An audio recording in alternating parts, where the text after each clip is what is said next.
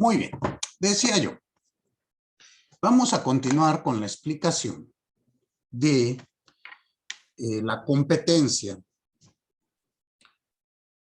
en su aspecto objetivo. Retomo lo dicho previamente, la competencia, imagínensela como un límite o un marco dentro del cual puede actuar válidamente una autoridad. Todas las autoridades tienen competencia, pero no todas las autoridades tienen jurisdicción. Eso ya quedó claro. Jurisdicción es un poder. La competencia es el límite a ese poder. Muy bien.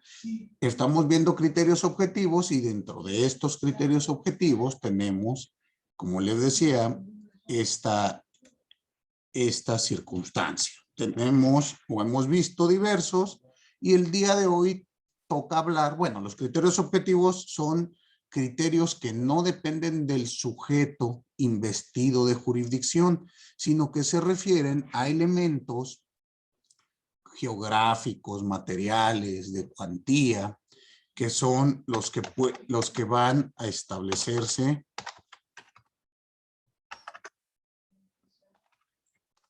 como límite a la actuación de los jueces. Entonces, pasemos al tema del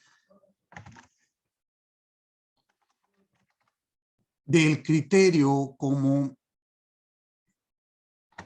objetivo del fuero. Pensemos, aquí quiero hacer una precisión. Tenemos que hablar, en este caso del fuero desde el enfoque procedimental, porque ustedes también saben que existe a nivel constitucional el artículo 13 que habla del fuero militar o del fuero de guerra. ¿Sí recuerdan esto en sus clases constitucional? ¿A qué se refiere? Y vean también que es un límite competencial, en este caso constitucional. ¿Sí recuerdan esto?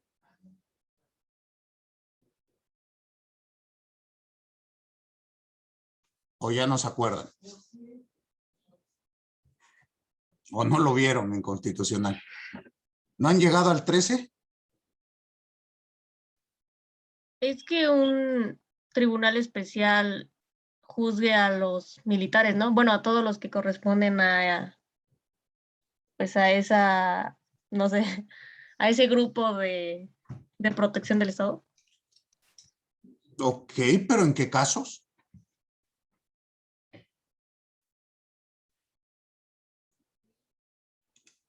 O sea, ¿siempre? No, solamente cuando es contra faltas o de disciplina, ¿no? Para los militares.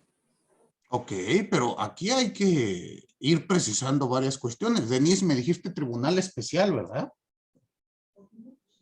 Pues sí, un tribunal especial porque, o sea, tengo entendido que Pues no no, pueden. están prohibidos por la propia Constitución. Ah, bueno, sí. Pues, bueno, maestro, también usted quiere que todo sepa de a poquito.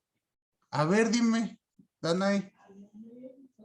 Según yo tengo entendido, es en cuestiones en las que, por ejemplo, si es juicio político, son en cuestiones de funciones, o sea, si hacen mal sus funciones o hacen como cosas ilícitas dentro de sus funciones, y en caso de que sea por delitos fuera de sus funciones, que sean pues, por delitos comunes, por decirse así, pues se le solicita como el Ministerio Público como que solicita que pues que se bajo, o sea, que se va a investigar a esa persona y ya no recuerdo la verdad es que no recuerdo si es la Cámara de Senadores o la Cámara de Diputados que dice, ok, voy a investigar si realmente tienes los fundamentos necesarios para poder. Estás hablando de juicio de procedencia y juicio político. Ajá, bueno, pues es que según yo el fuero, o sea, ya cuando les quitan el fuero, ya es como decir, ok, ya lo puedes juzgar como, ahora sí que ya el Ministerio Público ya lo puede juzgar como cualquier otro ciudadano sin necesario de. Ok, bueno, este es otro ejemplo del uso de la palabra fuero. Yo les pregunté fuero militar, que viene en el 13 constitucional. Y lo que usted me dice, Danae, viene a partir del 108, creo. 108, juicio político, no recuerdo ahora si es 116. No me llega bien. Pero ahí tenemos, miren, entiendan esto, que el fuero es un límite que tienen determinadas personas o grupos de personas para realizar una actividad. ¿Sale? Denise, no hablamos de tribunales especiales porque están prohibidos por nuestra propia Constitución. A lo mejor es una jurisdicción especializada, la jurisdicción del Tribunal Militar.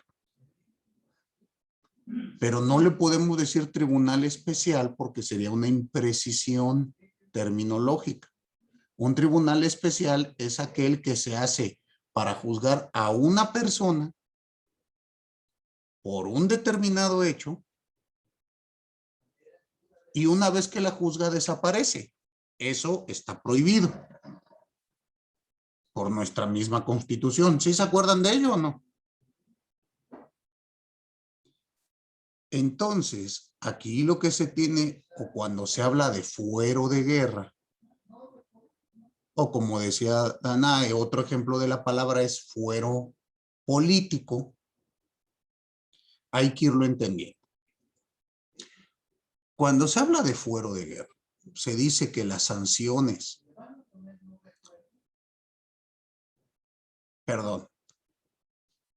que los hechos en los que esté inmiscuido los miembros de las Fuerzas Armadas,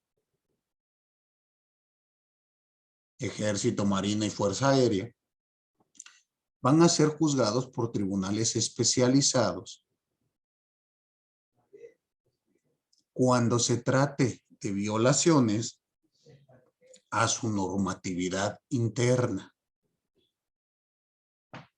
Ustedes saben que existe el Código Penal Militar.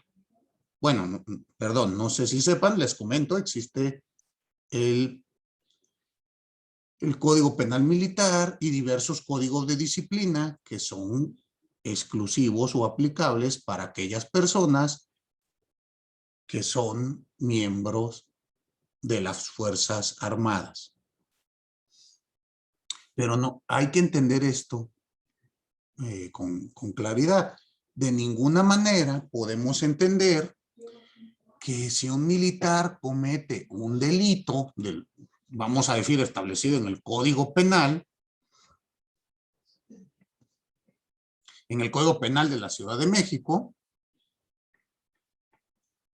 no lo podemos entender como que a este militar o a esta persona, por el solo hecho de ser militar, lo tenemos que juzgar en un tribunal de justicia militar. No, tendrá que ser dependiendo el hecho que se va a juzgar. Y aquí viene la competencia. ¿Sí notan ustedes esto? Ejemplo, si un militar se va a divorciar, pues no se tiene que divorciar en el tribunal militar, en el tribunal de guerra. ¿Están de acuerdo? ¿En dónde se tendrá que ir a divorciar? ¿Dónde promoverían ustedes el divorcio?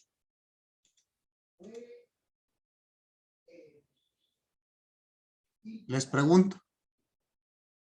¿En los juzgados familiares? El juzgado familiar. Entonces entendamos qué es esto del fuero. Lo vamos a... Piensen ustedes que el fuero es esta competencia especializada que tienen determinados tribunales para poder resolver o conocer respecto de controversias de ciertos sujetos. ¿Sí queda claro?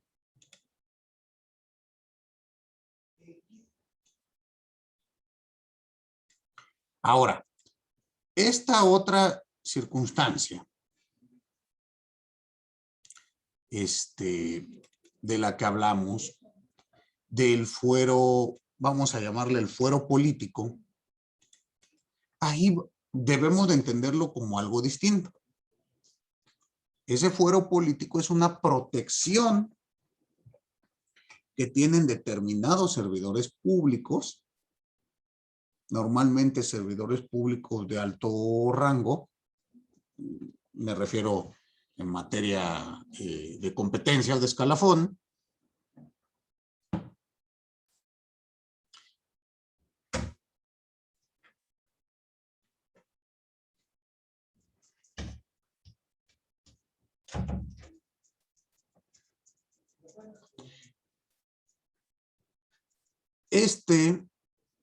hay que entenderlo del siguiente modo. Esta es una protección a no ser juzgado, pero nuevamente para políticos, ustedes saben, ministros, jueces, no van a ser juzgados, pero no en todas las materias.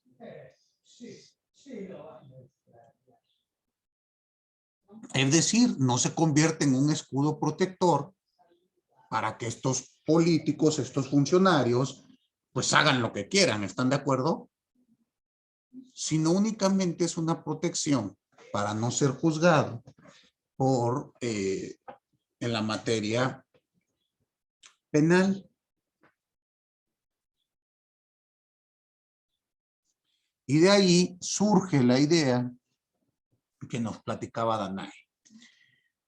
Se les tiene que retirar esa protección y a eso se le conoce como juicio de desafuero.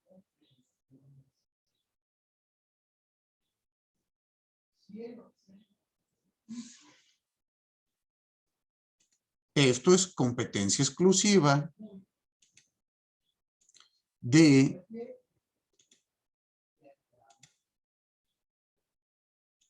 la Cámara de Diputados y de Senadores. La Cámara de Diputados se convierte en un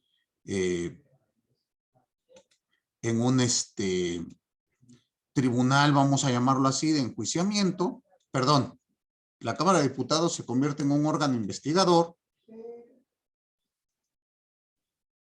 y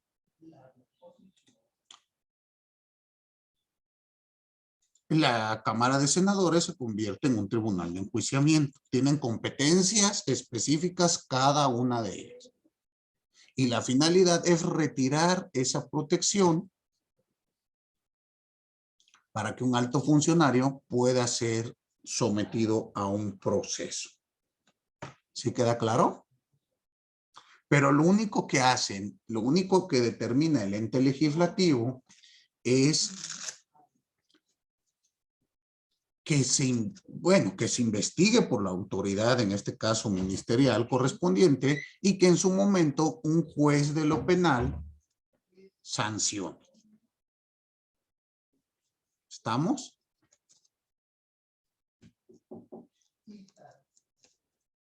Entonces entendamos completamente la figura. Vamos a tener también, y esto es al que más frecuentemente se van a enfrentar.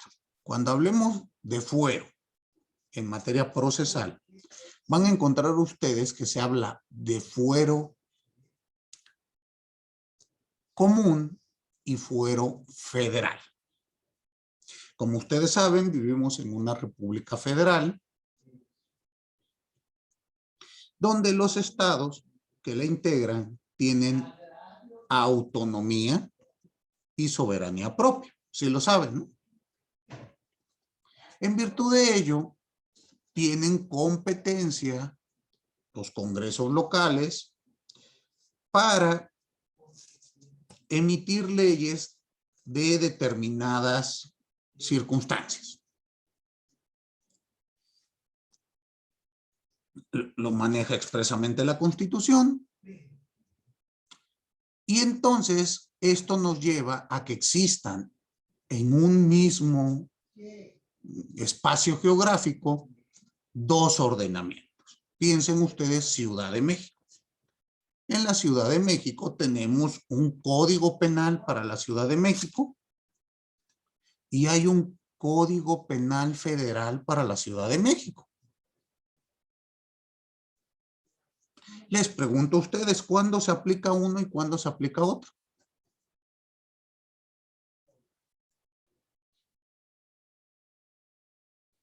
Dime, Naomi. Pues se aplica el local para delitos comunes y el federal para pues delitos federales que pues normalmente son aquellos cometidos por funcionarios públicos. Bueno, no es tan así. O bueno, o delitos que afectan a toda la federación. Ok, más o menos, más o menos. Depende si la conducta típica está reglamentada en el código local o en el código federal, de acuerdo a la competencia. Dime, Edgar. También dependiendo de la zona que se cometa el delito, ¿no? Si el delito se comete en zona federal como un aeropuerto, como el aeropuerto de la Ciudad de México, entraría el Código Federal, ¿no? No, depende de la conducta. Ejemplo, si yo te asalto a ti en el aeropuerto de la Ciudad de México, ¿qué vamos a aplicar? ¿Fuero común o fuero federal?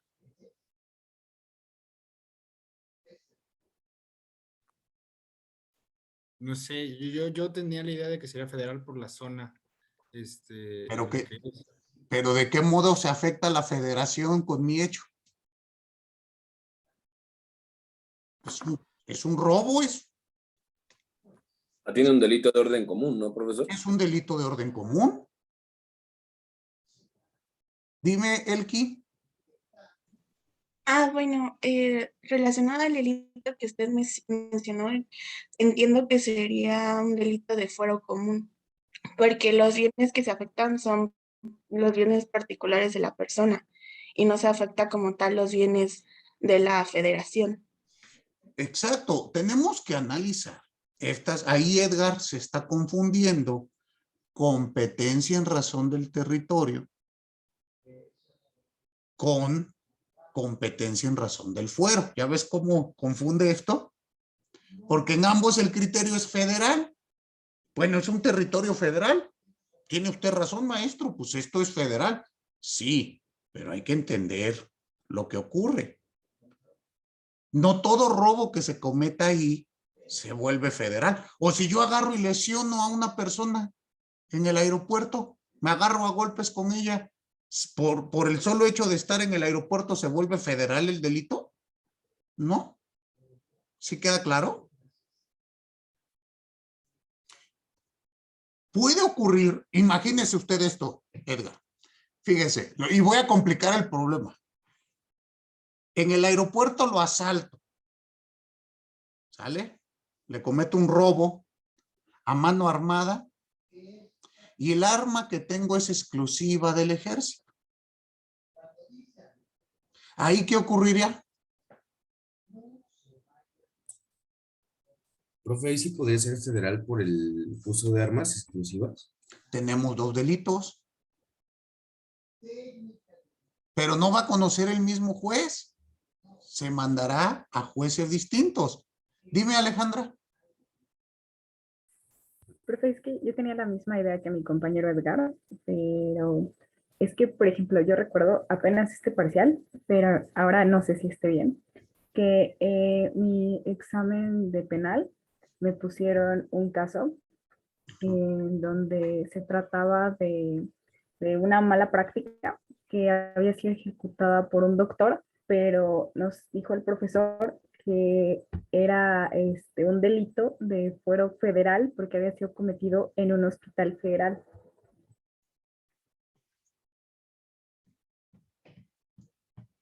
¿Y qué es lo que, o sea, el delito que él indicaba, o en el ejemplo que te daba, cómo era? A ver, coménteme más.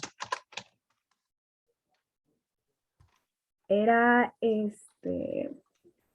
ay, no, no recuerdo el nombre del delito, pero era esterilización forzosa.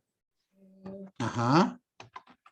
Y ese era el delito. Pero básicamente decía que el doctor había tenido una fiesta anoche y que al día siguiente, o sea, hoy, había realizado una mala práctica y había esterilizado como sin querer a su paciente. Ok, Entonces, bueno, es que ahí tendríamos que analizar diversas circunstancias. La esterilización provocada para que sea delito no es que lo hagas sin querer. El tipo penal establece que tengas el ánimo de querer hacerlo. Denme un segundo, por favor. Les decía, bueno, habrá que leer el ejemplo, el panorama completo. Pero ¿por qué ahí se vuelve delito federal? Porque se está realizando utilizando insumos de la federación en un hospital, según entendí el ejemplo, propiedad de la federación, me imagino IMSS o algo por el estilo. Ahí sí tiene una competencia federal, porque entendamos esto, la víctima, ya sea directa o indirecta, es la propia federación y el tipo penal está establecido en el Código Penal Federal. En el caso que yo le decía a Edgar, si yo voy y lo asalto a él, ustedes me van a decir, maestro, pero también existe el delito de robo en el Código Penal Federal. Sí, pero ¿quién es la víctima en ese delito de robo del Código Penal Federal? ¿Será Edgar o será la federación? La federación. Si yo voy y me robo cable, la instalación eléctrica, ya ven que también se roban el cable de la luz. Si yo me robo cable de la luz del aeropuerto, pues ahí sí es un robo federal y tendrá competencia el juez penal federal. Tienen que tomar en cuenta estos aspectos. Ejemplo, fíjese usted este otro que yo platicaba. Si yo asalto a Edgar, pero tengo un arma, propiedad, bueno, de uso exclusivo del ejército, ahí me decía, ya no recuerdo quién, Ulises, que ahí estamos en presencia de dos delitos. El robo, que será juzgado, bueno, será procesado por un juez de lo penal de la Ciudad de México, y el uso o la aportación de un arma prohibida, bueno, un arma de uso exclusivo del ejército, que son delitos distintos. ¿Sí se dan cuenta? La misma conducta puede traer diversas circunstancias. Y esto será aplicable en materia penal, civil, ambiental, laboral, etcétera, etcétera, etcétera. Tienen ustedes que revisar si esto es de competencia de un juez de lo que se conoce de fuero local o común o de un fuero federal. ¿Sí queda claro? Ejemplo, el narcomenudeo. El narcomenudeo es de competencia federal. Pero por acuerdos de colaboración, por establecer la propia ley federal, le otorga competencia concurrente al juez común, al juez del fuero de la Ciudad de México, por dar un ejemplo. Entonces, a partir de esto, tenemos que revisar bien la ley. Ustedes me van a decir, maestro, si yo tengo amigos que los han detenido con 5 o 6 churritos de mota y los juzgaron aquí en el Distrito Federal, los jueces del fuero común. ¿Sí han visto, se han enterado de algún caso de estos o no? Dice Erandi, ¿a poco hay narcomenudeo en la Ciudad de México, maestro? Estoy espantada. Sí, Erandi, ¿no sabías que venden así en la calle marihuana, algo? ¿Nunca te has enterado? No, sí, pero de un amigo que lo hayan detenido y esté en el fuero, lo hayan juzgado en fuero común. No han detenido a ninguno, dime. No, de mis amigos no. Ok, bueno, algún conocido en la colonia donde vive, no. Parece que yo vivo solito en la Ciudad de México, yo les digo, oiga, no salen y ven delincuencia, ven venta de narcomenudeo así como si fuesen chocolates y todo. Jamás, maestro, nunca en mi vida he visto uno de esos. Dígame dónde para ir. Bueno, si algún día se llegan a enterar, un conocido, un familiar, llega a tener una sustancia de estas, van a ver ustedes cómo es el procedimiento. ¿Sale? Esto está tipificado en la Ley General de Salud. Pero se tiene que establecer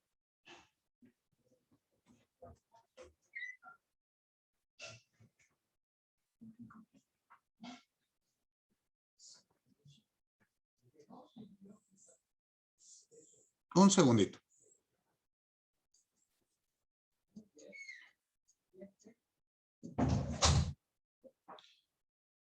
Perdón, es que tengo una audiencia en un par de minutos y me están preguntando algo. Y si no, no queda listo.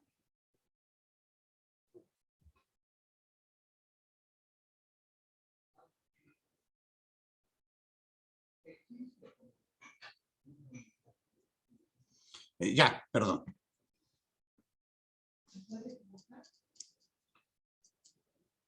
Les decía, esta idea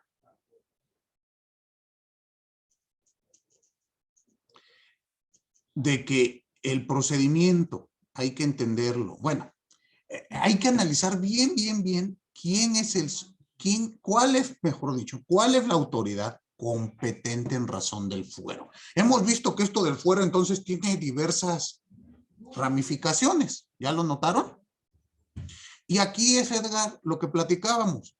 A veces confundimos fuero por competencia en razón del territorio o fuero por competencia en razón de la materia. Hay que entender que es un criterio diverso y hay que estudiarlo o hay que leerlo en el código correspondiente. Di ejemplos en materia penal, pero esto no es exclusivo de materia penal. Ustedes saben que en materia civil tenemos Código Civil local y Código Civil federal. ¿Estamos? En materia de medio ambiente tenemos normas que rigen el medio ambiente para la Ciudad de México y normas que rigen las cuestiones ambientales para la federación. Entonces, tenemos que ver esto porque van a estar trabajando siempre. Y si nos vamos a los estados de la República, pues ahí tenemos más competencias. Tenemos competencia federal, estatal y municipal. ¿Sale? Pero en el entendido de sus respectivas competencias. Es decir, no existe código penal municipal.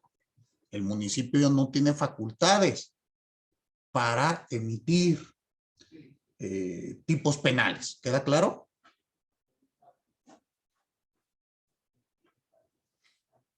Sino hay que entenderlo en su respectiva competencia. Ejemplo, en bandos municipales, en cuestión de infracciones, los municipios emiten determinada normatividad. ¿Alguno de ustedes vive en algún municipio? Usted, Edgar, ¿en qué municipio vive? En Nezahualcóyotl. En esa.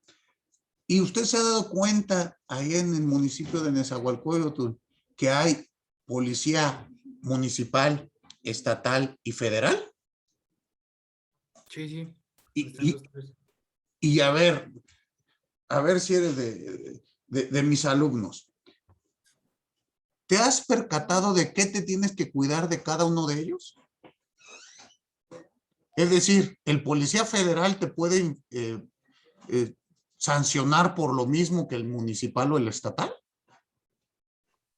Bueno, ahorita ya entiendo que el policía federal nada más te puede sancionar por delitos de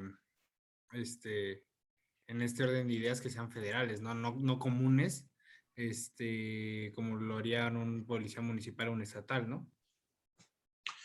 Bueno, entendamos lo siguiente. si se está cometiendo un delito, cualquier fuerza de autoridad te puede detener en flagrancia. No importa si es local, federal, estatal, municipal, espacial, internacional, no importa.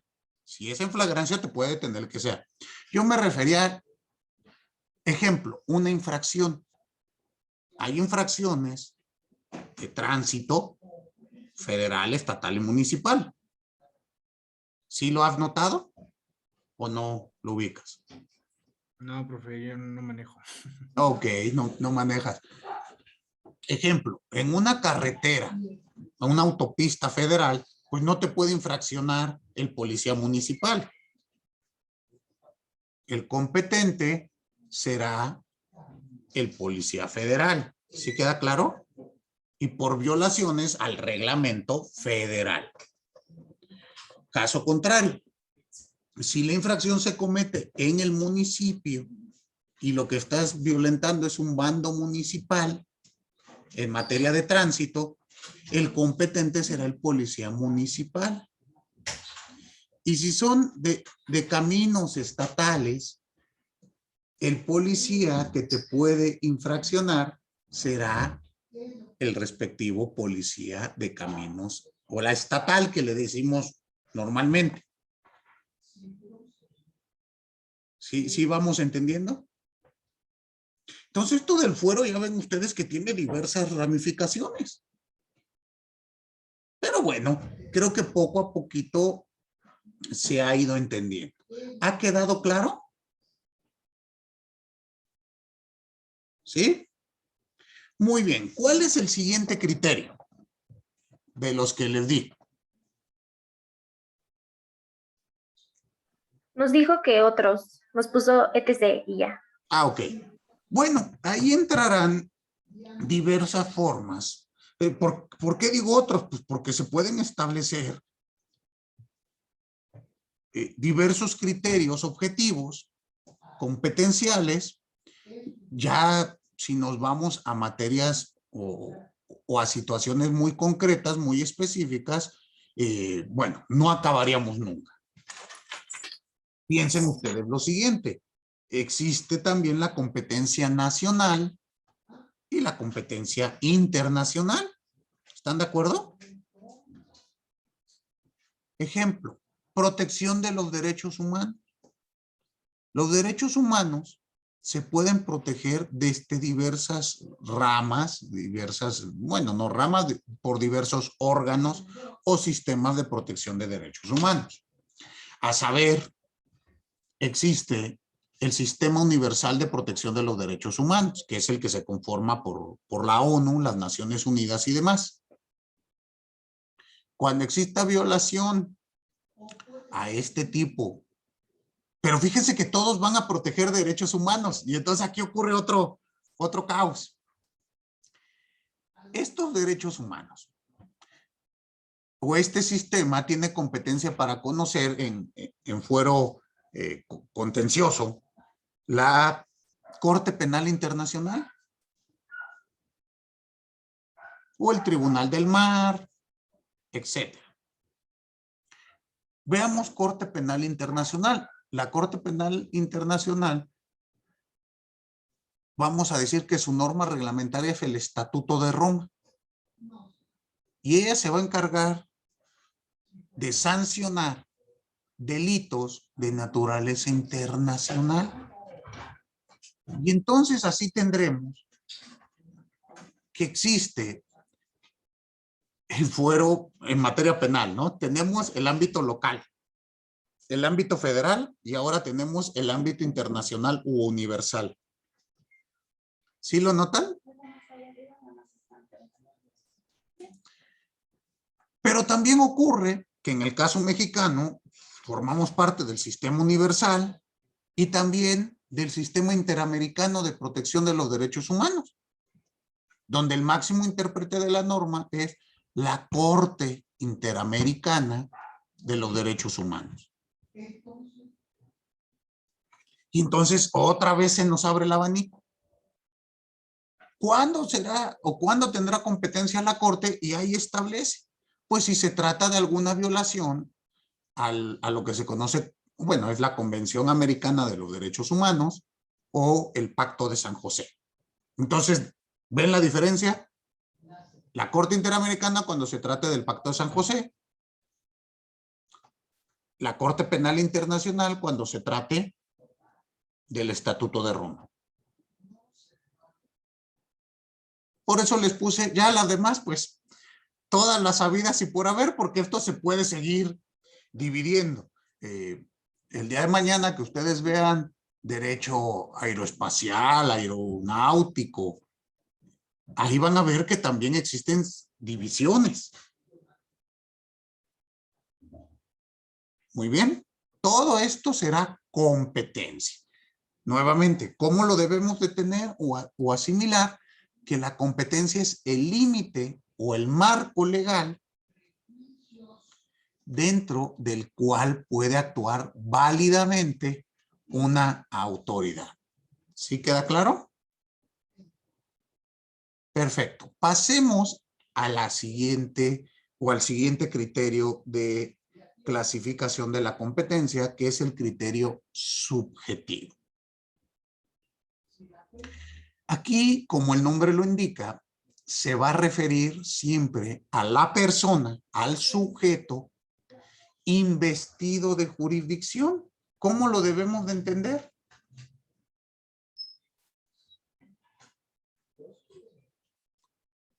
Como la persona física que ha recibido el encargo por parte del Estado de cumplir con la función jurisdiccional. ¿Sí queda claro? Ahora bien, estos sujetos, bueno, nosotros sabemos que son miles, ¿no? Por lo menos en nuestro país. Estos sujetos, hay que entenderlo, que tienen igual una bifurcación. Tendremos criterios de competencia subjetiva en abstracta y criterios de competencia subjetiva en concreto. Vamos a explicar. Denme un segundo, por favor. Un segundito, ¿eh?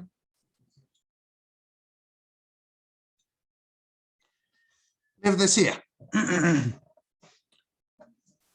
ahora toca analizar. Ya vimos las cuestiones, vamos a decir, inmateriales, perdón, materiales, objetivas.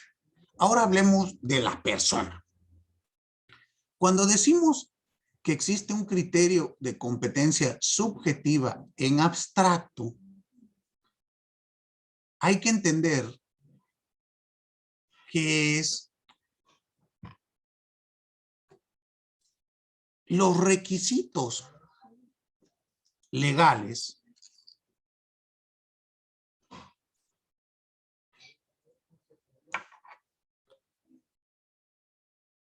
que la ley impone para que un sujeto pueda ser investido con la facultad jurisdiccional.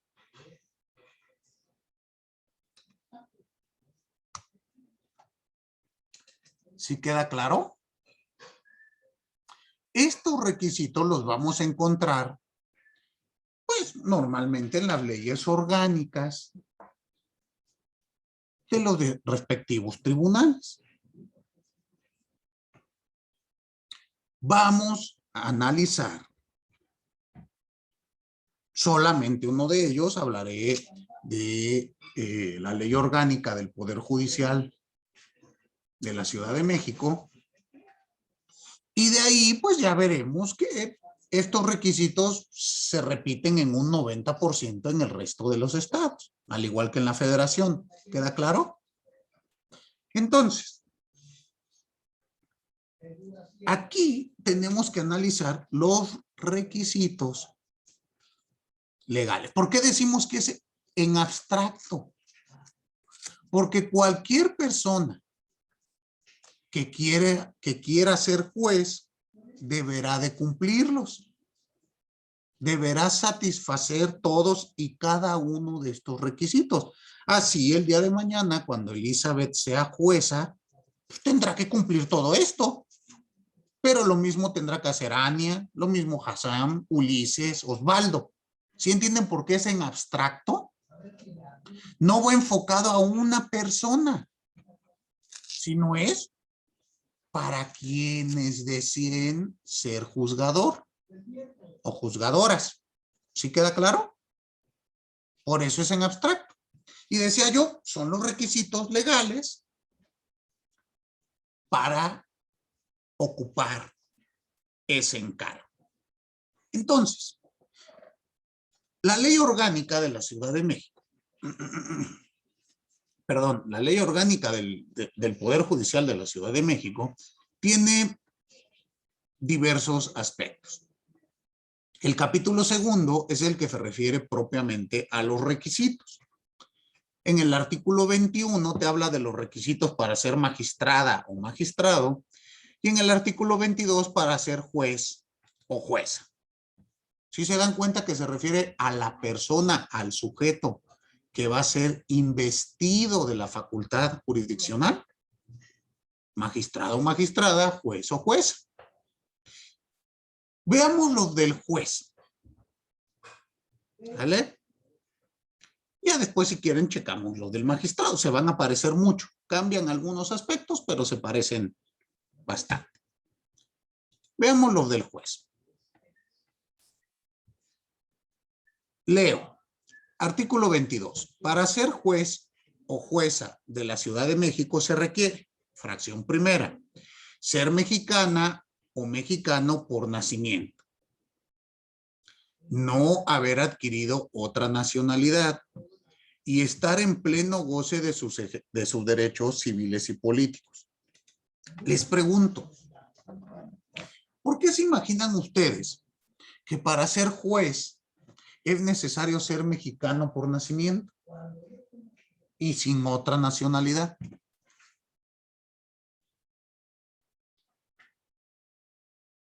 Nada más porque dice la ley o habrá alguna explicación. Para que no tengas, para que no prefieras al otro estado y de alguna manera no, bueno, me acuerdo que en Constitucional mi maestra nos dijo que se pedía ser mexicano por nacimiento porque así se evitaba que traicionaras a la nación. O sea, teniendo solo una nacionalidad, ya no tenías que elegir entre, pues, el otro estado oeste, solo tenías como opción México. Pero ¿de qué modo cuando yo estoy resolviendo un divorcio influye si tengo otra nacionalidad y voy a traicionar a mi país, aventándome desde el castillo de Chapultepec envuelto en la bandera? ¿Qué tiene que ver?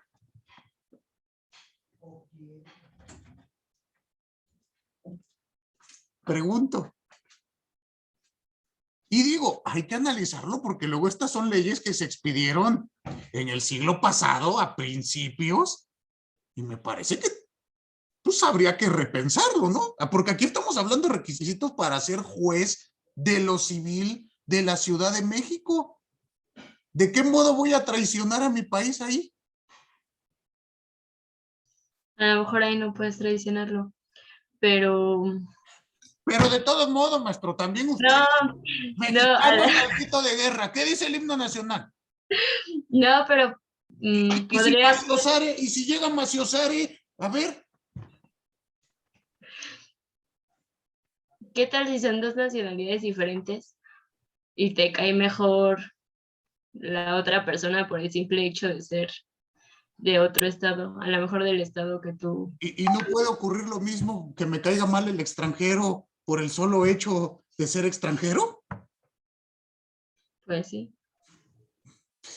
Es que analicen la ley, recuerden ustedes, la tenemos que analizar, no recitar. Aquí son dos hipótesis normativas distintas, o dos requisitos. Primero, ser mexicano por nacimiento.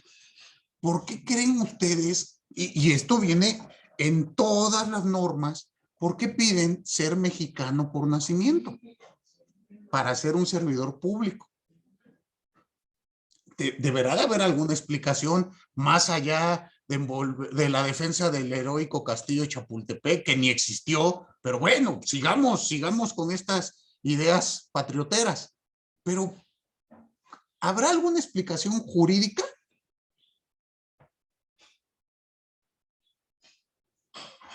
¿Nadie la encuentra? ¿No, Hassan? Para ser No, mexicano. o sea, Dígame. a mí lo que se me viene primero a la mente al leer ser mexicana por nacimiento y que no tener otra nacionalidad, por el contexto en el que fueron hechas estas leyes, o sea, a mí me suena que fue simplemente para proteger esta soberanía nacional y que no concurran intereses externos, pero una razón jurídica para esto, no, todavía no. ¿Dónde radica la soberanía? En la federación. No. Bueno, no, en el pueblo. Eso. Sí, reside originalmente en el pueblo. En el pueblo, en nosotros. Y entonces, si este poder nace de nosotros, ¿a quién debe regresar o en quién debe de recaer? Pues en otro miembro de nuestra comunidad, es decir, en otro mexicano. Y esta es la explicación jurídica, ideológica, de por qué se exige este requisito. El primero, ser mexicano por nacimiento, y esto ocurre en todos los países. En ningún país ustedes van a encontrar que se permita que un cargo público, bueno, a lo mejor estoy siendo muy generalizador, no sé si existe en todos los países, pero por lo menos en la gran mayoría, o en los que yo conozco, los cargos públicos tienes que ser nacional del país donde vas a ocupar el cargo. En Estados Unidos, pues tendrás que ser estadounidense. En Alemania, pues tendrás que ser alemán. O sea, yo nunca he visto un presidente francés de una nacionalidad distinta. ¿Sí queda claro? Después viene este segundo requisito, no haber adquirido ninguna otra nacionalidad.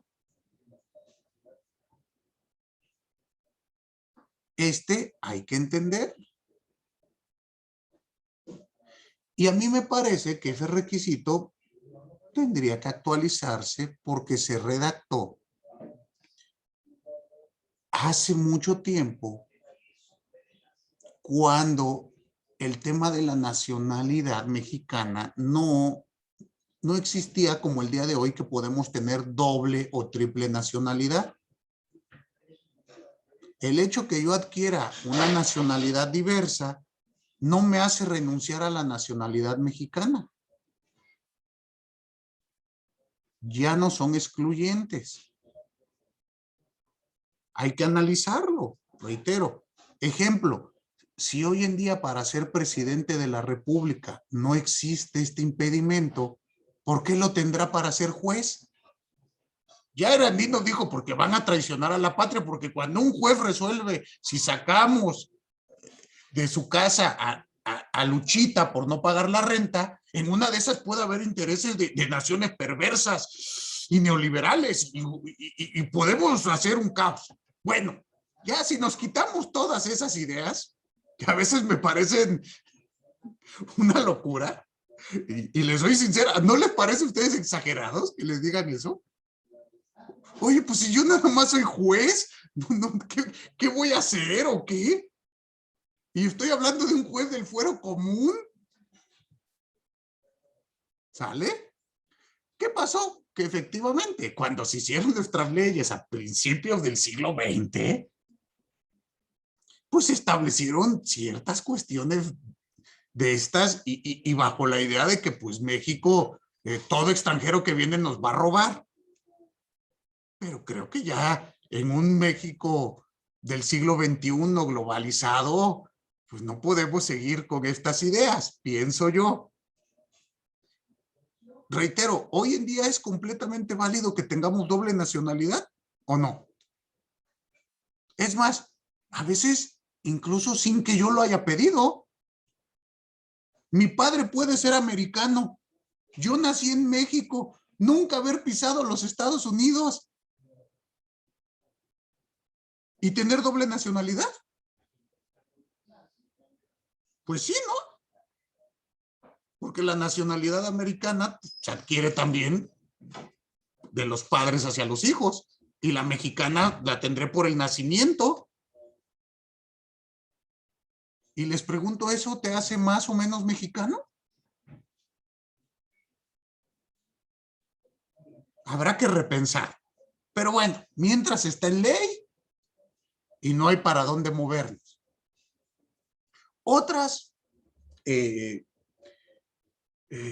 justificaciones que han dado no me parecen a mí adecuadas, pero seguramente las van a escuchar. Dicen, es que tienes que ser mexicano por nacimiento para que entiendas la norma nacional, así como la idiosincrasia de las personas que vas a juzgar. Me parece a mí eso es un criterio, bueno, no me parece atendible esa razón, esa justificación. ¿Sí queda claro? A mí me parece que el conocimiento de la norma, pues, no tiene que ver con nacionalidades o el pedazo geográfico donde yo haya nacido. ¿A ustedes sí? ¿Puede haber personas no nacidas en nuestro país que conozcan bien la norma? Hasta mejor que yo. Y puede haber personas en nuestro país que no la conozcan. O sea, eso no me parece atendible.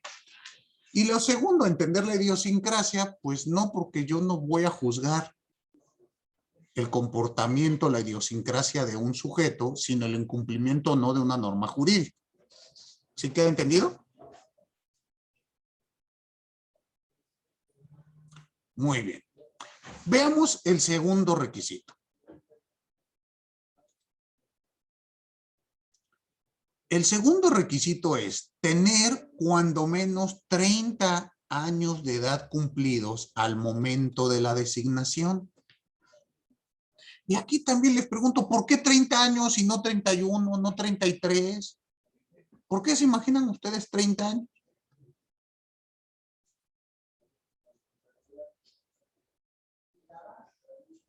¿Nada más? ¿Creen que hay alguna razón?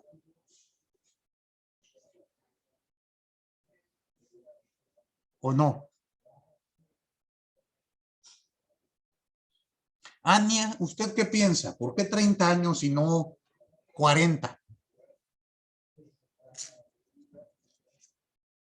Pues no sé, me gustaría pensar que por madurez.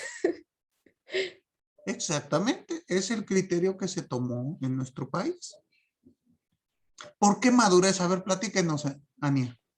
Pues porque creo que a partir de cierta edad ya tienes cierto grado de madurez estándar. Entonces, en teoría, pero quizás una persona de 25 años puede tener menos madurez que una persona de 20, pero a los 30, aunque sea ya, en teoría, todos tienen, no sé, digamos, una madurez de una persona de 27 años, si lo queremos medir así.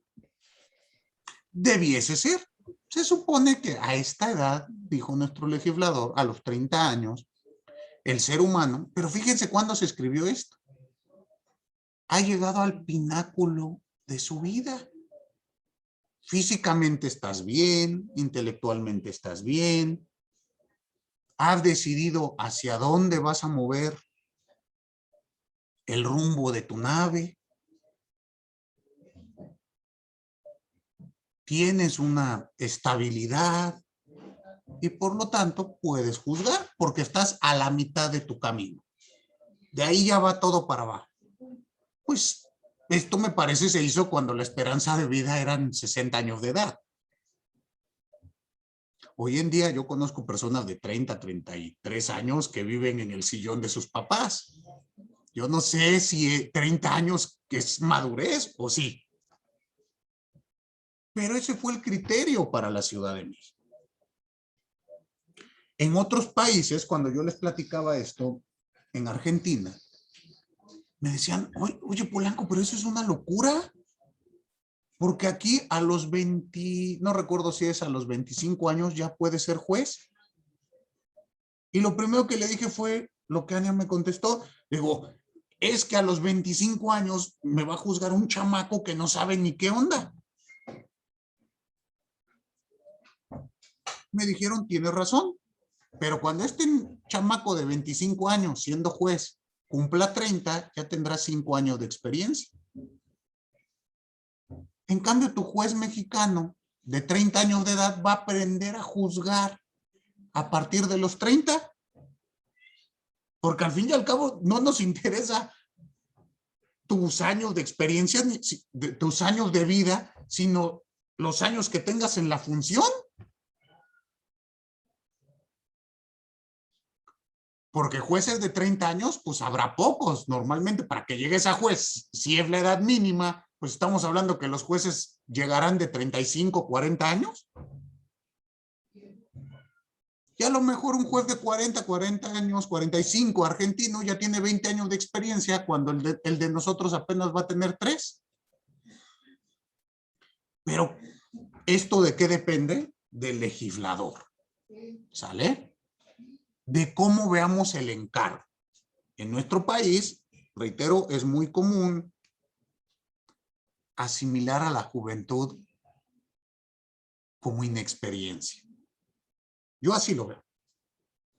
¿Qué vas a ver si está todo chamaco? Velo. Y a lo mejor es una eminencia. Pero tenemos culturalmente esta idea. Como que no nos toman en serio, sino ya hasta que pintamos la primer cana. Así como que antes fue un chamaco ahí que no sé, ¡cállate! ¿Estamos? Yo no estoy de acuerdo. No me parece válido. Pero bueno. Esto dice nuestra norma. Tercer requisito, contar con título de licenciado en Derecho y cédula profesional expedida por la autoridad o la institución legalmente facultada para ello. Es decir, tendrás que ser licenciado en Derecho para ocupar el cargo de juez. Eso sí es completamente entendible, ¿no? Si tienes que interpretar normas jurídicas, pues tiene que ser una persona versada en leyes. Veamos el siguiente requisito. Tener práctica profesional mínima de 5 años, contados a partir de la obtención del título profesional y relacionada con la materia del cargo para el cual se concursa. 5 años de experiencia. Normalmente uno se titula, ¿qué? ¿De 22 años? ¿Ya estás titulado? La experiencia profesional se computa a partir del título profesional. ¿Estamos? Entonces, a partir de que ustedes tienen su título, es la experiencia. ¿Y por qué 5 años? Pues porque se entiende que en ese periodo, pues ya aprendimos a hacer nuestra función. Tiene que ser de experiencia profesional en el área que pretendo ocupar. ¿Sí queda claro? Es decir, si yo ejercí 5 años en materia fiscal y quiero llegar al cargo de juez de lo familiar, pues creo yo que va a estar difícil, ¿no?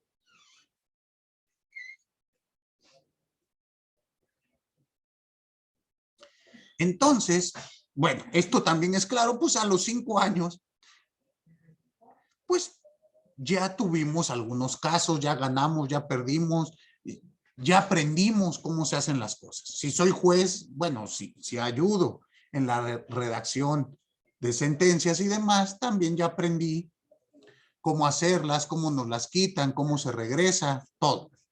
¿Queda claro? Entonces, 5 años son bien. Decía yo, piensen ustedes en el médico. Pues un médico con 5 años de experiencia ya sabe cómo curar, ¿no creen? Ya se le murió el primer paciente, ya sabe más o menos cómo curar cómo curar. Igual el abogado, ¿a poco ustedes creen que como abogados van a salir y ganar todos sus casos? No, tienen que dejar a alguien 30 años en la cárcel, ver llorar a su madre, que se les vayan sin pagar, para que ustedes vayan entendiendo cómo hacer la función. ¿Están de acuerdo? Es completamente válido decir que se aprende más de los errores que de los aciertos. Yo cuando cometo un error, híjole, ¿cómo aprendo de ese error? Porque a veces le puede repercutir a mi cliente de una manera muy grave. ¿Sí queda claro? Muy bien, siguiente requisito. Haber residido en la Ciudad de México o en la área metropolitana durante 2 años anteriores al día de la designación y presentar su declaración evolutiva patrimonial conforme a la ley de la materia. Aquí vienen 2 supuestos. 1, vivir en la zona donde vamos a impartir la jurisdicción. Y 2, ver nuestra evolución patrimonial. La primera, ¿cuál es su naturaleza? Esta sí es entender la comunidad en la que vivo.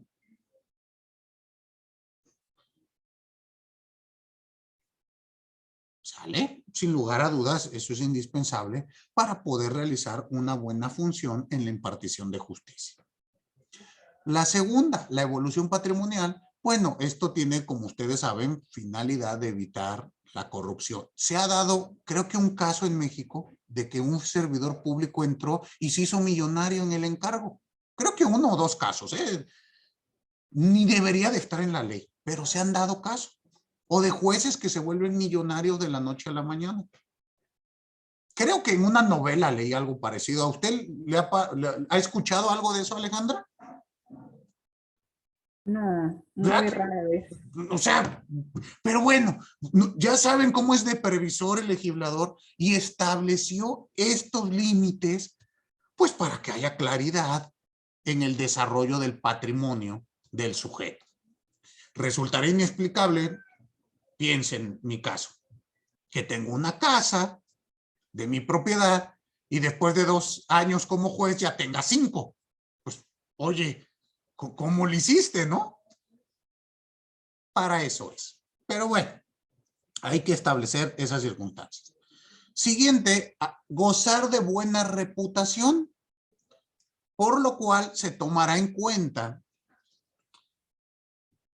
que quien pide ser juez no sea deudor alimenticio moroso y contar con una trayectoria laboral respetable a través del estudio minucioso de los antecedentes del postulante en el que se pueda evaluar su conducta ética.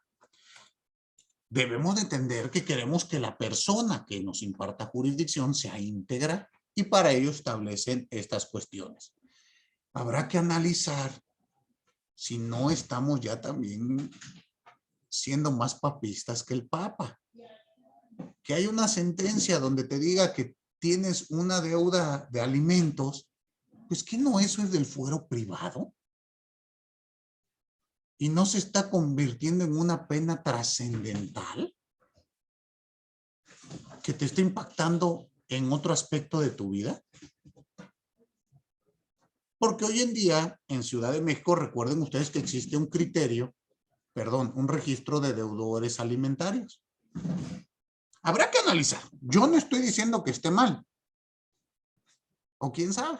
Hay que pensarlo.